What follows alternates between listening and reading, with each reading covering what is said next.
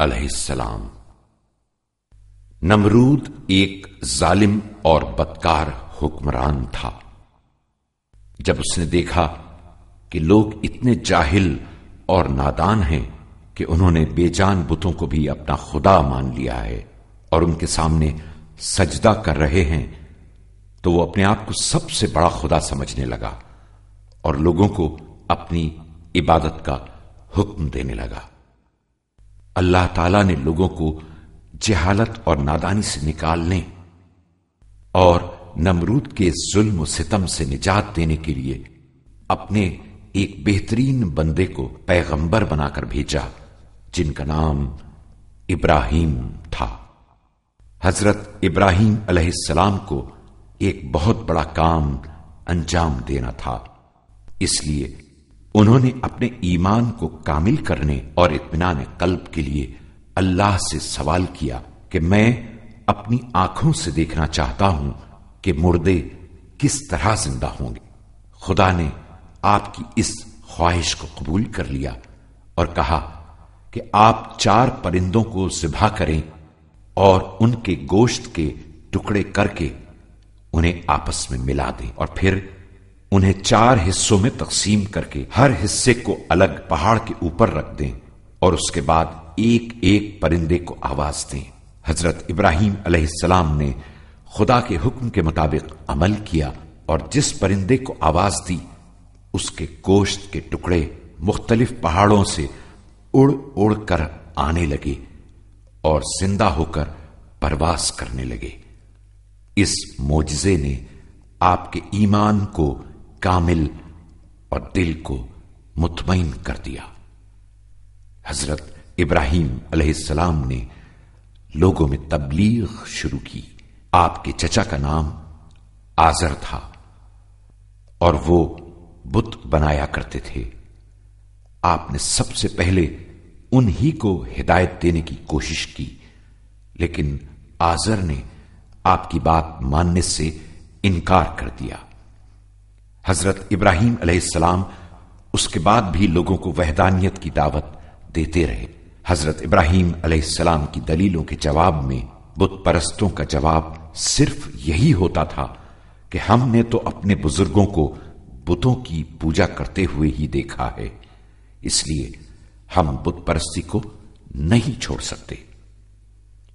ان کی یہ بودی دلیلیں سن کر حضرت ابراہیم علیہ السلام سمجھ گئے کہ جہالت نے ان لوگوں کی عقلوں پر پردہ ڈال دیا ہے اور وہ سوچنے سمجھنے کی صلاحیت سے محروم ہو گئے ہیں، لہذا آپ نے ان کو راہ ہدایت دکھانے کے لیے ایک دوسرا راستہ اختیار کیا۔ چنانچہ ایک دن جب شہر کے تمام لوگ جشن میں شرکت کرنے کے لیے شہر سے باہر گئے ہوئے تھے تو حضرت ابراہیم علیہ السلام بت خانے میں چلے گئے۔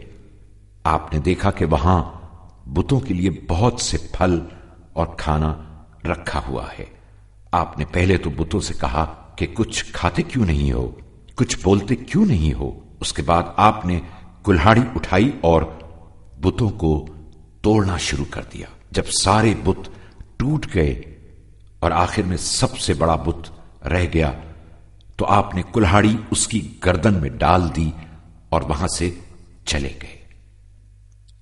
جب لوگ عید کا جشن منا کر واپس آئے اور بتوں کو ٹوٹا ہوا دیکھا تو غم و غصے کی حالت میں بت خانے میں جمع ہو گئے اور ایک دوسرے سے پوچھنے لگے کہ یہ کام کس کا ہو سکتا ہے۔ کچھ لوگوں نے کہا یہ کام صرف ابراہیم کر سکتا ہے، کیونکہ وہی ہمارے خداؤں کو برا کہتا ہے اور وہی اس وقت شہر میں موجود تھا۔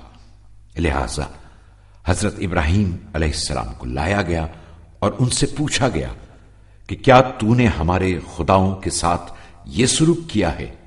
حضرت ابراہیم علیہ السلام نے جواب دیا، یہ کام اس بڑے بت کا ہے، اگر تمہیں یقین نہیں آتا تو خود ان بتوں سے پوچھ لو، اگر یہ بول سکیں تو۔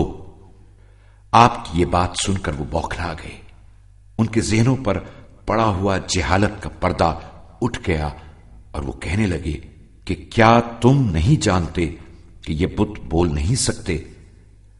ان کی زبان سے یہ سنتے ہی حضرت ابراہیم علیہ السلام نے کہا کہ سچے خدا کے علاوہ ایسی چیزوں کی پرستش کیوں کرتے ہو جو تمہیں نہ نفع پہنچا سکتی ہیں اور نہ نقصان؟ نمرود نے جب یہ دیکھا تو اسے بھی اپنی خدائی خطرے میں محسوس ہونے لگی، کیونکہ اب لوگوں نے سوچنا شروع کر دیا تھا۔ اس لیے اس نے حضرت ابراہیم علیہ السلام کو قتل کرنے کا منصوبہ بنایا اور کہا کہ اس شخص کی سزا یہ ہے کہ اسے آگ میں جلا دیا جائے، اس لیے اپنے خداؤں کی مدد کرو اور ابراہیم کو دہکتی ہوئی آگ میں ڈال دو۔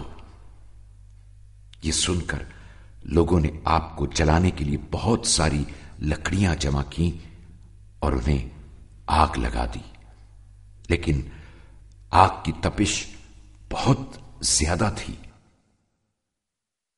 اور کوئی بھی حضرت ابراہیم کو آگ میں ڈالنے کے لیے اس کے نزدیک نہیں جا سکتا تھا۔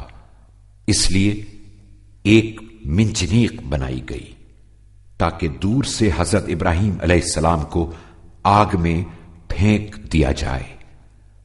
جب حضرت ابراہیم علیہ السلام کو منجنیق کے ذریعے آگ میں پھینکا جا رہا تھا تو اس وقت فرشتے آپ کی مدد کے لیے آ گئے، لیکن جب انہوں نے حضرت ابراہیم سے مدد کے بارے میں پوچھا تو آپ نے فرمایا کہ مجھے مدد کی خواہش ضرور ہے لیکن تم سے نہیں۔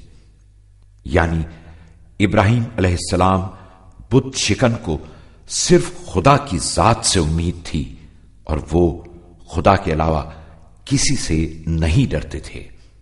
آخرکار فرعونیوں نے منجنیق کے ذریعے آپ کو آگ میں پھینک دیا، لیکن یہ کیا؟ جب آپ آگ کے اندر پہنچے تو آگ خدا کے حکم سے ٹھنڈی ہو گئی اور حضرت ابراہیم علیہ السلام کو کوئی نقصان نہیں پہنچا۔ لوگوں نے دیکھا کہ آپ ایک باغ میں بیٹھے ہیں اور آگ کا دور دور تک کوئی نام و نشان بھی نہیں ہے۔